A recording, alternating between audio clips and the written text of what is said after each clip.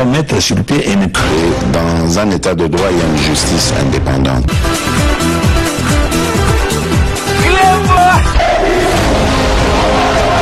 Ce n'est pas pour rien qu'il faut des conseils.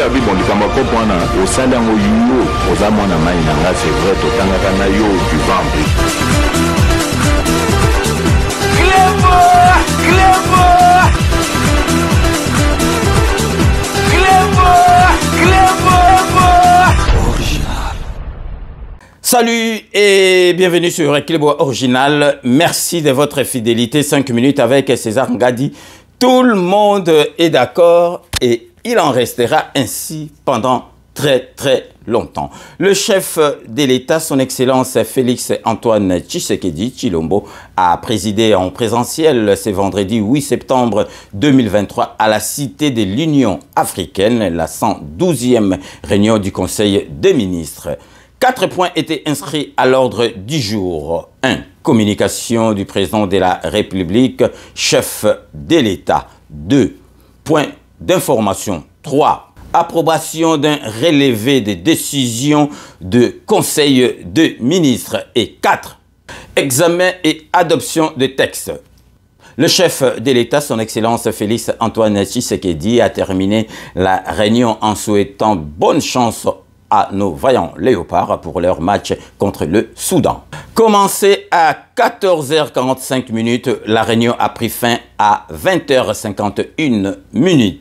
Maintenant, suivez la lecture du compte-rendu de la dite réunion par le porte-parole du gouvernement, le ministre de la Communication, Patrick Mouyaya. Restez donc connectés sur Clébois Original pour la suite de nos programmes.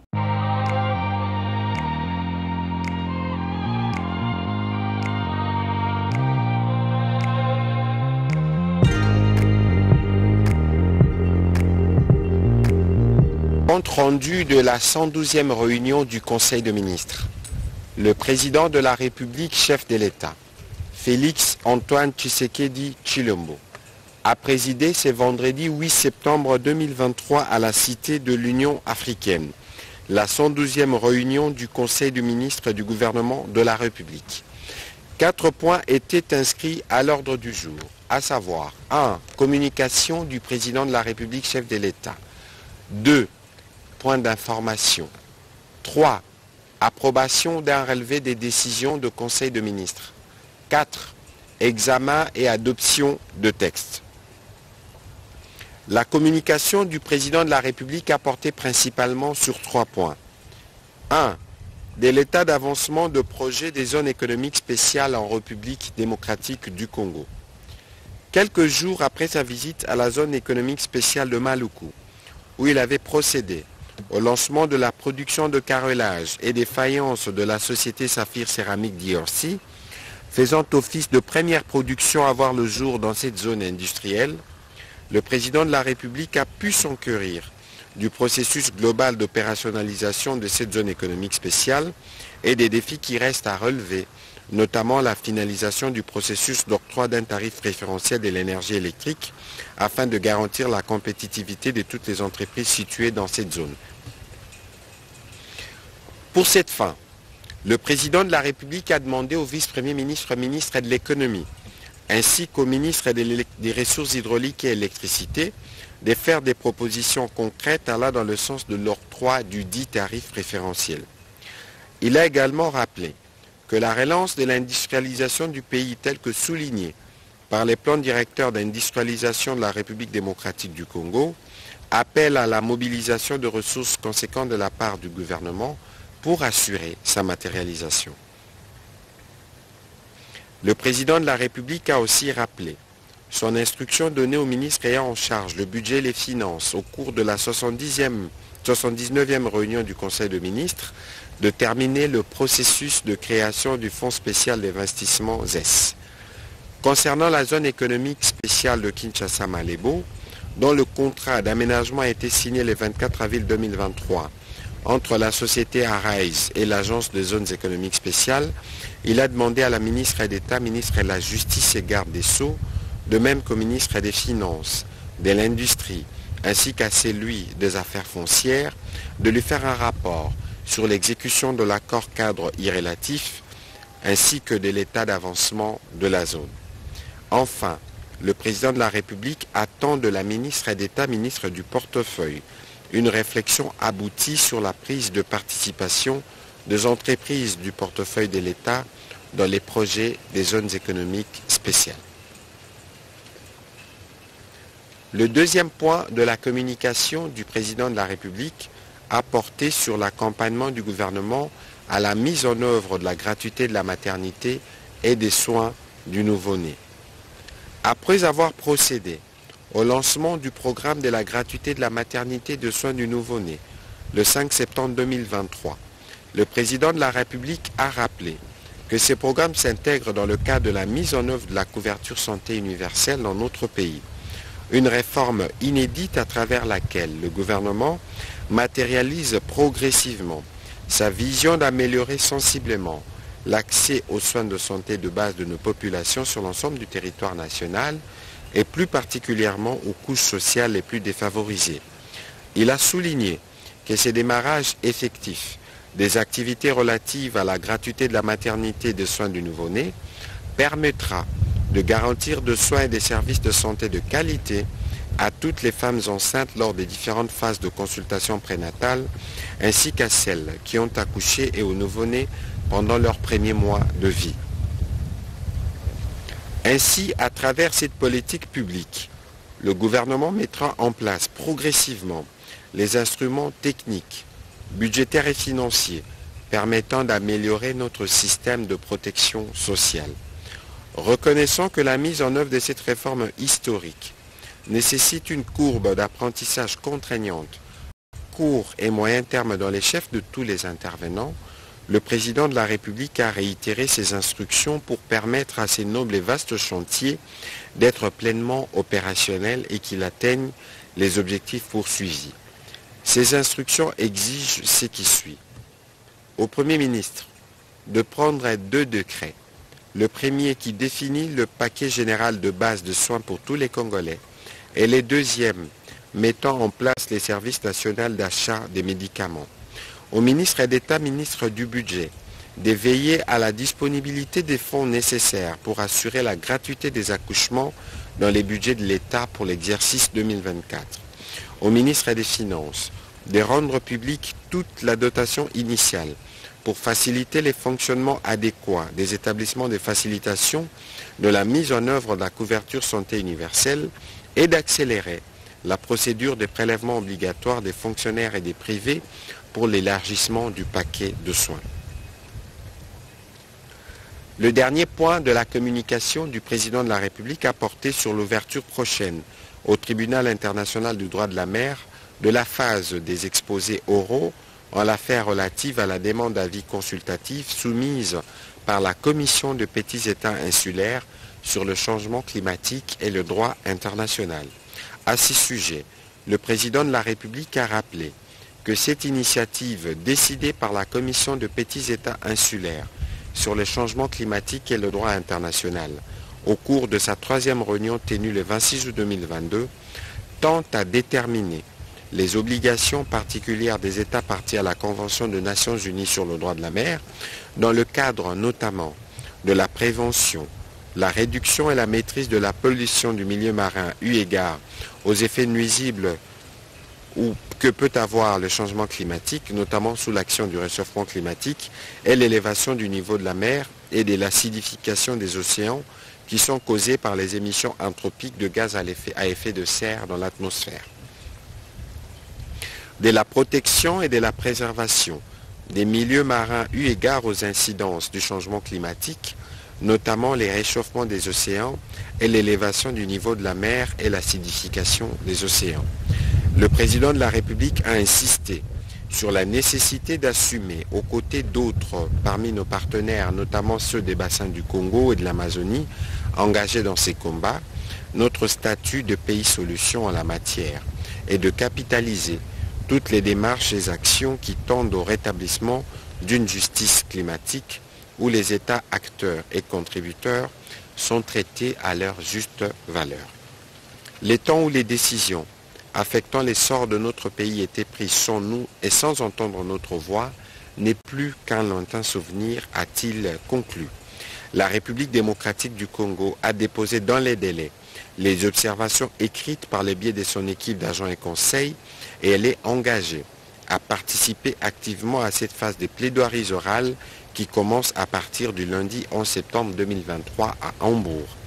De ces faits, le président de la République a instruit le gouvernement à travers la ministre d'État, ministre de la Justice et garde des Sceaux et les ministres des Finances à prendre toutes les dispositions qui s'imposent afin que notre pays participe pleinement à ces audiences. Dans la suite de la communication du président de la République, le Premier ministre chef du gouvernement a axé sa communication sur 2 points. Le premier a porté sur sa participation du 4 au 6 septembre 2023 à Nairobi au Kenya au sommet africain sur le climat à quelques jours de la tenue de l'Assemblée générale des Nations unies à New York et de la COP 28 à Dubaï. Il était question de coordonner les vues africaines sur les sujets afin de parler d'une seule voix aux grands rendez-vous internationaux annoncés si haut. En marge de ces sommets, le Premier ministre a représenté le président de la République chef de l'État au sommet de chefs d'État de la communauté de l'Afrique de l'Est qui a planché sur l'avenir de la force régionale dans l'Est de notre pays. Dans le deuxième volet de son intervention, le Premier ministre est revenu sur quelques alertes au sujet de la situation épidémiologique du pays, au regard de la résurgence de certaines épidémies, notamment la poliomyélite repérée aux environs de la rivière Bichakuchaku dans la commune de Barumbo à Kinshasa, de la rougeole dans les provinces du Kwilu et du Kwango.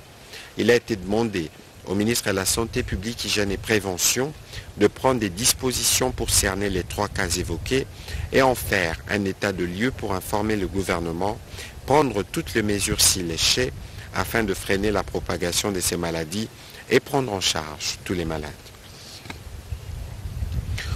Au deuxième chapitre du Conseil de ministres de ce jour relatif au point d'information, le vice-premier ministre, ministre de l'Intérieur, Sécurité et Affaires coutumières, a présenté au Conseil le rapport sur l'état de l'administration du territoire national qui reste dominé par les opérations en cours dans l'Est de la RDC. Au cours de la semaine qui s'est achevée, l'état d'esprit de la population a été marqué par la satisfaction de l'opinion nationale et particulièrement de la population de la province du Nord Kivu concernant l'ouverture du procès en flagrance sur les événements du 30 août de 2023.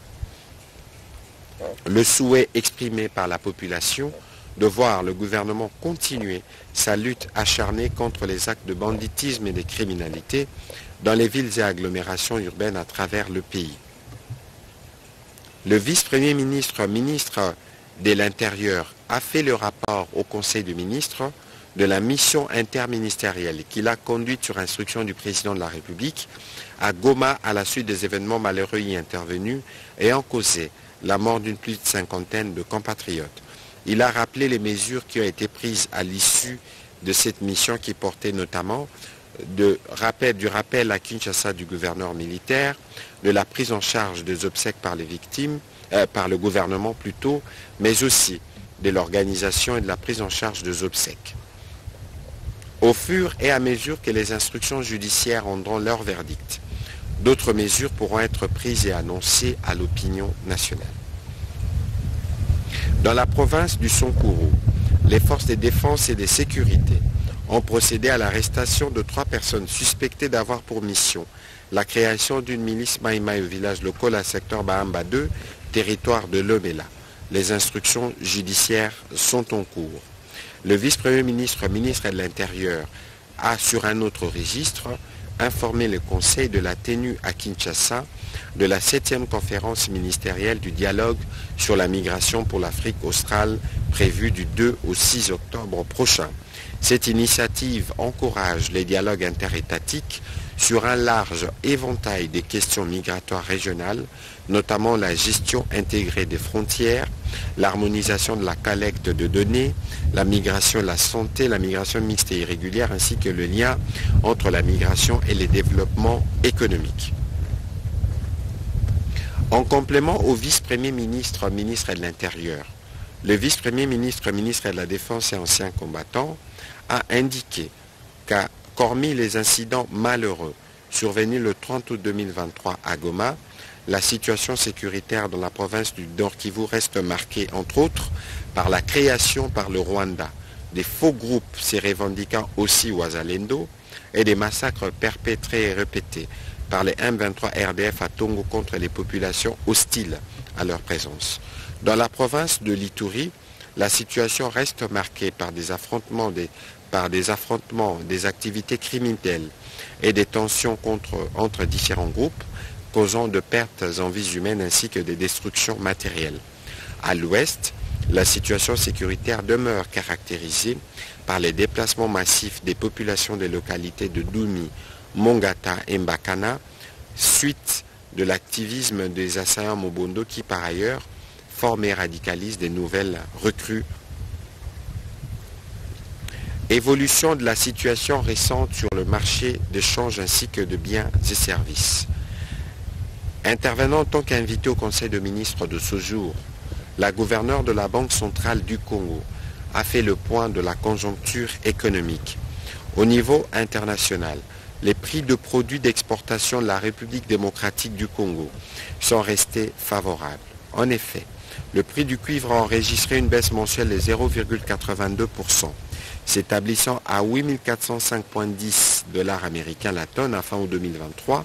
Par contre, le prix du cobalt a augmenté 1,13%, se situant à 32 979,10 $ américains la tonne d'un mois à l'autre.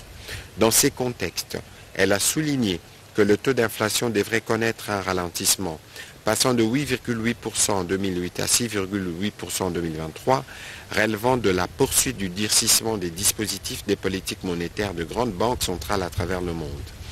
Les effets de ces politiques devraient davantage ralentir le taux d'inflation en 2024 et en 2025 par rapport aux réalisations précédentes. Au niveau national, la tendance de l'inflation s'est inscrite à la baisse. En effet, le taux d'inflation hebdomadaire est passé de 0,19% à 0,18% au 1er septembre. L'inflation mensuelle est passée de 5,75% en juillet à 0,86% à fin août 2023, reflétant principalement la bonne coordination des actions au niveau des politiques économiques. En cumul annuel, le taux d'inflation s'est établi à 17,48% au 1er septembre 2023. Le cours de change indicatif et parallèle se sont établis respectivement à 2508,30 francs congolais et 2481,50 francs congolais pour $1 américain au 1er septembre 2023, soit des taux de dépréciation hebdomadaire de la monnaie nationale de 1,7% et d'appréciation monétaire de 1,2% respectivement. Tenant compte de facteurs de risque au plan interne et externe, la gouverneure de la Banque centrale a recommandé le maintien des mesures de stabilisation dans le cadre de la bonne coordination des actions au niveau des politiques économiques, la poursuite de la surveillance rapprochée des facteurs de la liquidité bancaire par la BCC et l'accélération des investissements en infrastructures publiques et la diversification de l'économie nationale. Le Conseil a pris acte de cette note d'information. Note d'information sur les problématiques du secteur de l'agriculture. Le ministre de l'Agriculture a présenté au Conseil sa note d'information sur les problématiques de la loi numéro 11/022 du 24 décembre 2011 portant principes fondamentaux relatifs à l'agriculture, du cadastre agricole et construction du fichier des domaines agricoles et des fermes et plantations abandonnées, problématiques qui constituent des obstacles à l'exécution de la vision du président de la République, chef de l'État, celle de la revanche du sol sur le sous-sol. Il est donc question de chercher les voies et moyens susceptibles de consolider la révolution agricole comme étape déterminante de l'histoire de notre pays pour l'élimination de la faim et de la pauvreté. L'atteinte de cette noble vision est confrontée à quelques contraintes, a souligné le ministre de l'Agriculture. Pour ce faire, son ministère a opté comme nouvelle approche de l'agriculture en encourageant l'implication des investissements privés, nationaux et étrangers. Parmi les problèmes qui se posent, il y a notamment l'article 16 de la loi du Code agricole et par conséquent qui ne favorise pas un bon climat des affaires en République démocratique du Congo. L'absence d'un cadastre agricole et la problématique de fermes et plantations abandonnées qui devraient contribuer au développement des activités agricoles. Pour y faire face, le ministre de l'Agriculture a appelé le gouvernement à mener un plaidoyer afin que l'article 16 de la loi suisse évoquée et actuellement en examen au Parlement soit modifié en le conformant aux droits des sociétés au WADA, de sorte que les secteurs agricoles soient désormais considérés comme une entreprise et non plus comme une série de programmes ou projets de développement d'une part, et que les dits articles s'adaptent aux droits fonciers d'amphithéose d'autre part.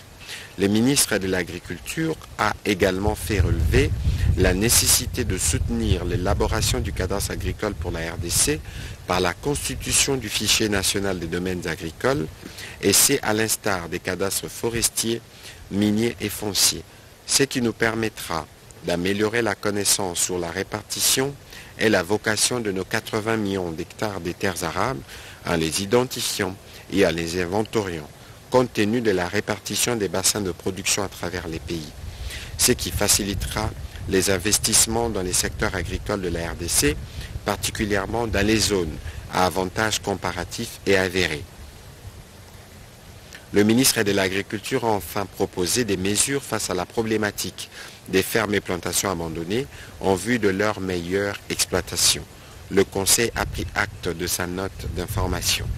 Tenu à Kinshasa du Forum régional de la stratégie de la CIRGL sur l'or d'exploitation artisanale et à petite échelle, la ministre des Mines a présenté au Conseil le rapport sur l'état des lieux relatif à l'organisation du Forum régional de la stratégie de la CIRGL sur l'or d'exploitation artisanale et à petite échelle et contribution de la République démocratique du Congo auprès de la CIRGL. Ces forums régionaux, qui a acquis une reconnaissance internationale et englobe de nombreux enjeux, sert de plateforme pour un discours coopératif entre les nations participantes, les mondiales, les investisseurs internationaux et les principaux acteurs du secteur extractif de l'or.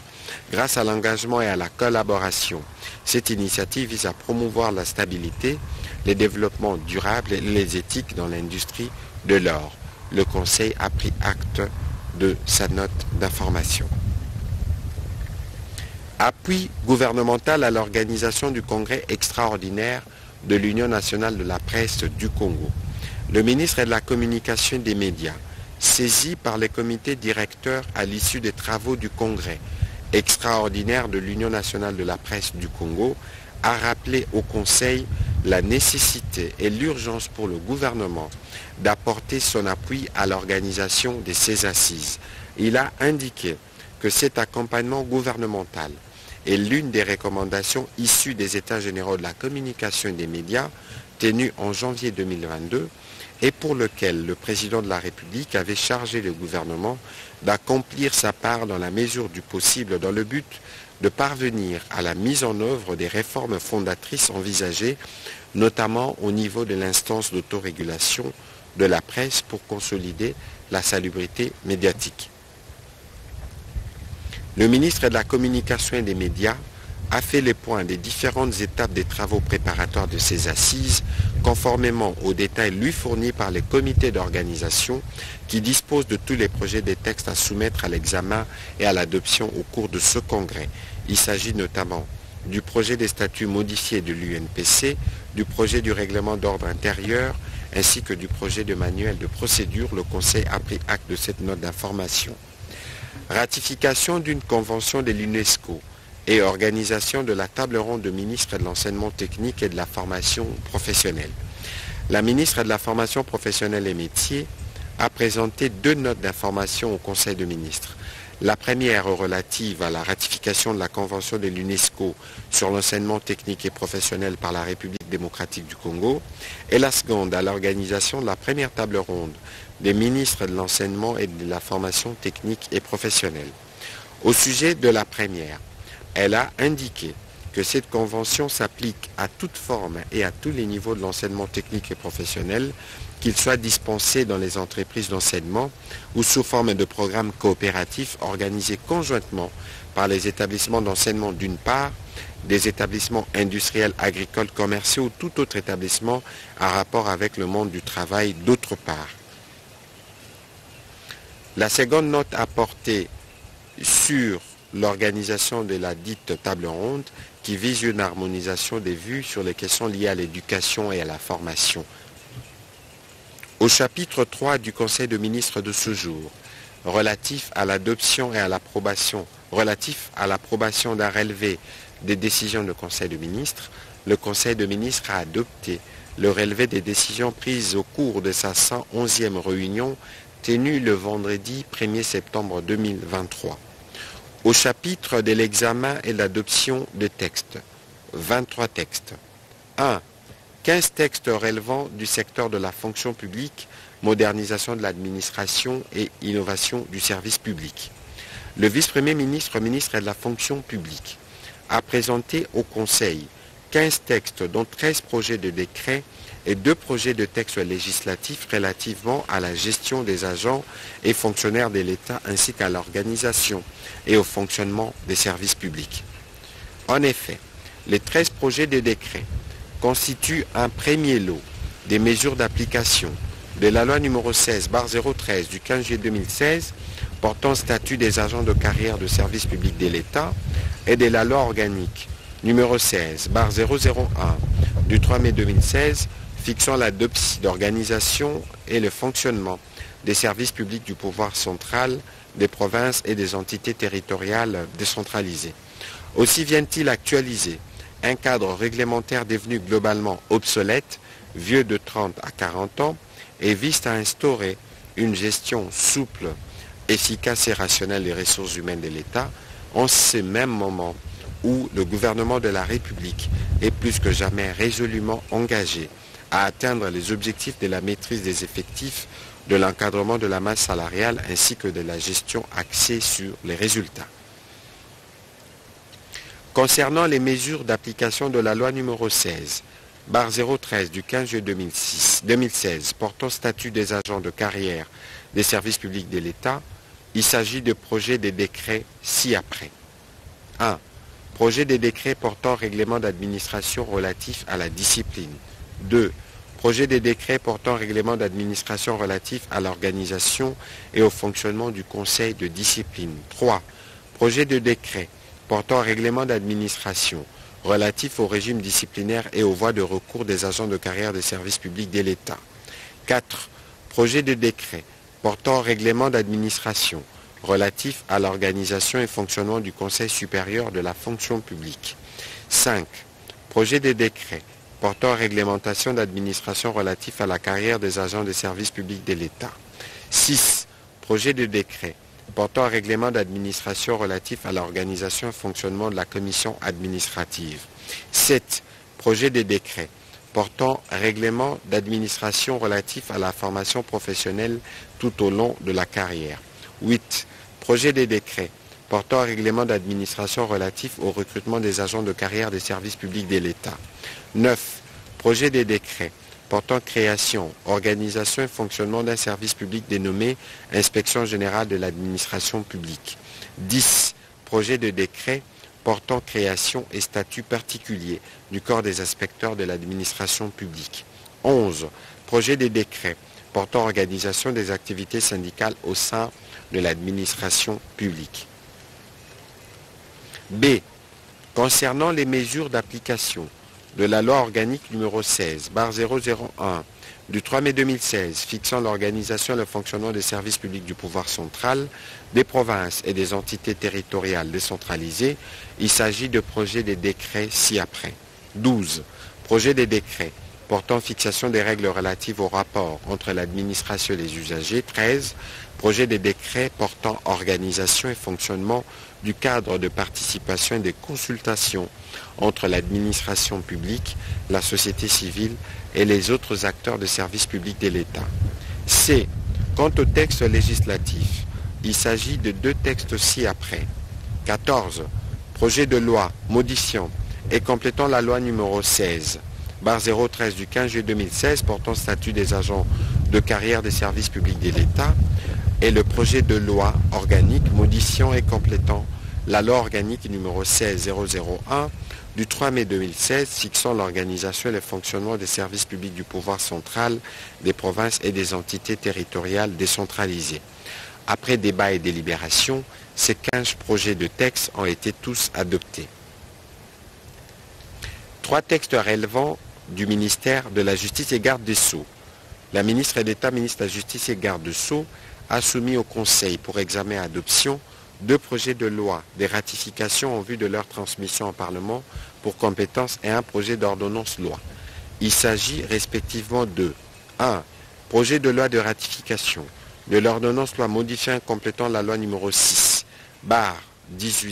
du 20 juillet 2006 modifiant et complétant les décrets du 30 janvier 1940 portant code pénal congolais. 2. Projet de loi de ratification de l'ordonnance loi modifiant et complétant la loi numéro 6/019 du 20 juillet 2006 modifiant et complétant le décret du 30 janvier 1959 portant code de procédure pénale congolais. 3.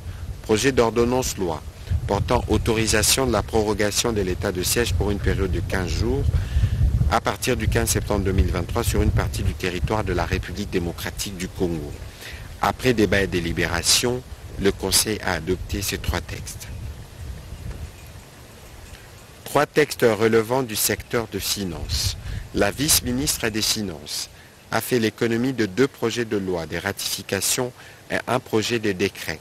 Il s'agit respectivement de un projet de loi de ratification de l'ordonnance loi sur l'endettement public. Ces textes cadrent des références du pilotage et de la gestion de la dette publique en République démocratique du Congo. Il énonce la politique d'endettement public et fixe les règles de bonne gouvernance et de la gestion de la dette du pays. Il fournit également à l'État de nouveaux instruments lui permettant de financer ses dépenses. Aussi renforce-t-il ses capacités de décision, de contrôle et de choix du pays en matière d'endettement public. 2. Projet de loi de ratification de l'ordonnance loi modifiant et complétant la loi numéro 15/003 du 12 février 2015 relatif au crédit bail. Il vise à améliorer l'environnement juridique et fiscal pour le développement de cette activité dans notre pays. 3.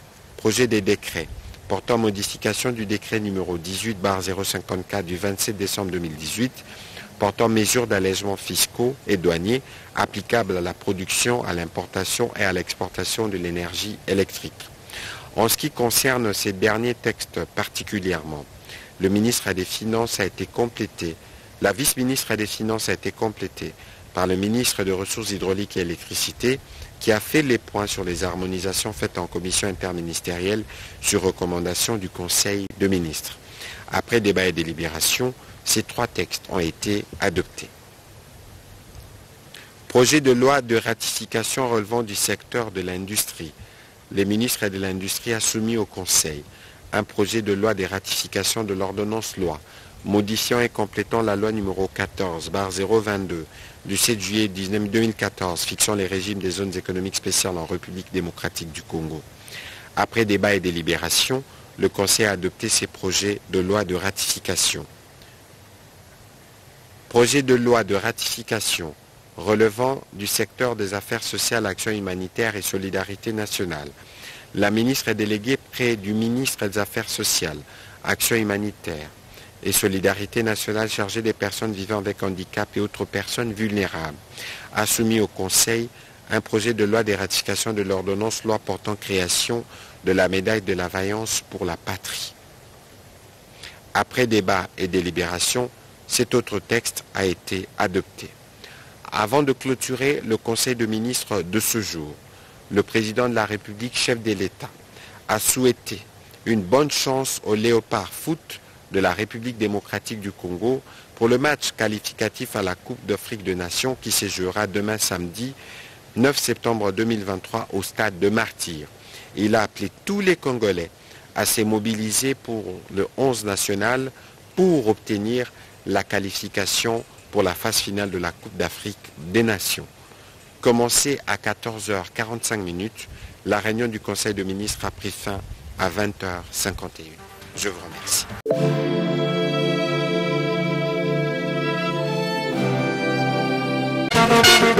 Les Léopards de la République démocratique du Congo n'auront besoin que d'un match nul pour se qualifier à la phase finale de la 34e édition de la Coupe d'Afrique prévue en Côte d'Ivoire. En tête du groupe I avec 9 points après avoir gagné la Mauritanie par forfait, la RDC a non seulement son destin en main, mais aussi les faveurs de pronostic de toute une nation, à commencer par le premier sportif du pays, Félix Antoine Tshisekedi Tshilombo, et l'ensemble du gouvernement Sama II. La victoire sera du côté de la République démocratique du Congo. Nous souhaitons plein succès à nos léopards et je pense qu'au-delà de la nation congolaise qui se trouve ici en République démocratique du Congo, toutes celles qui se trouvent dans tous les pays, ils auront un grand soutien et donc plein succès à eux. Demain, 2-0. Ça sera 2-1. Ça, c'est mon pronostic. Je souhaite que la République démocratique du Congo puisse gagner demain par 2-0. J'ai la foi, étant que chrétien, nous allons avoir 2 buts. Avec la force de frappe de nos léopards, je crois que ça va être 3-1. Pour être raisonnable, j'avancerai 2-0 pour les léopards. Nous allons battre le Soudan. 3 buts et peut-être qu'ils peuvent avoir un penalty pour faire 3-1. Je ne donne pas de pronostic clair, mais ce qui est sûr, c'est la victoire. Pour moi, je pense que ça sera 3-1 en faveur de l'équipe nationale. Moi, je peux dire facilement 3-0. Ça sera 3-1 en faveur des léopards, bien sûr. Prenez vos drapeaux, prenez vos maillots. Nous tous demain au stade de Martyrs pour la consécration des léopards. Nous allons gagner, je donne 2-0. Je pense que ce sera 2 buts pour les léopards, donc la RDC. Oui, 3-0. Moi, je suis convaincu qu'on va gagner par 2-1. Et cette qualification sera dédiée à tous nos compatriotes qui sont à l'Est et qui traversent des moments très très difficiles. Je suis confiant, je ne perds de rien. Je pense que le samedi soir, il y aura la fête sur l'ensemble de la République. Tous les Congolais de la diaspora seront en fête. De retour à son meilleur niveau, les fauves congolais tenteront de réussir ce premier challenge ce samedi sous le coup de 17h au stade de Martyrs face à l'équipe du Soudan avant de se concentrer sur les éliminatoires de la prochaine édition de la Coupe du Monde 2026 qui sera conjointement organisée par les États-Unis d'Amérique, le Canada et le Mexique.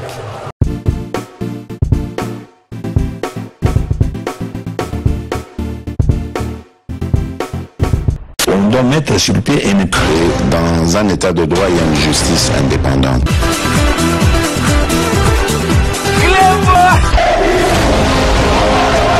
Ce n'est pas pour rien qu'il faut découvrir. C'est vrai,